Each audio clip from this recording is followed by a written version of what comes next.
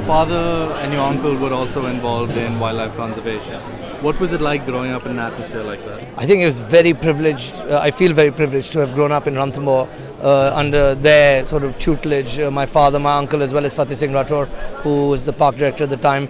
I sort of went to Ranthambore before I could even walk and spent the better part of my growing up years there. So I think that instilled a natural passion in me for wildlife, for conservation, and yeah, so that's the path I've taken in life as well. How did you get into conservation?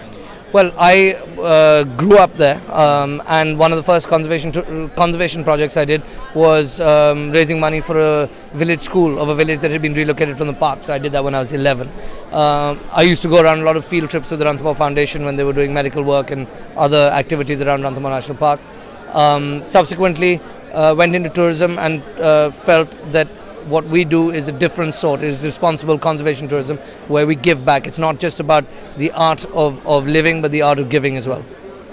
So tell us a little bit about Jawai. How did you stumble upon the place? So I went to Jawai in 1995 for the first time with a friend of mine, Shivraj Jodhpur Polo Team. I went back in 2013 and found that it was the most bizarre safari experience. A semi-agrarian, semi-pastoral landscape dotted with 850 million-year-old granite rock formations, thriving with leopard, wolf, hyena, and 250 species of birds, crocodiles, fox, and lots of people. It was just bizarre. Do you feel that India's wildlife focus is too tiger-centered? So last year we got a leopard survey, but even that was just the offshoot of Tiger has been an iconic species. It always will. We shouldn't try and fight it. However, having said that, I think India has so much to offer. We have 500 something sanctuaries, umpteen national parks. This country is completely under exposed in terms of what we actually have within India.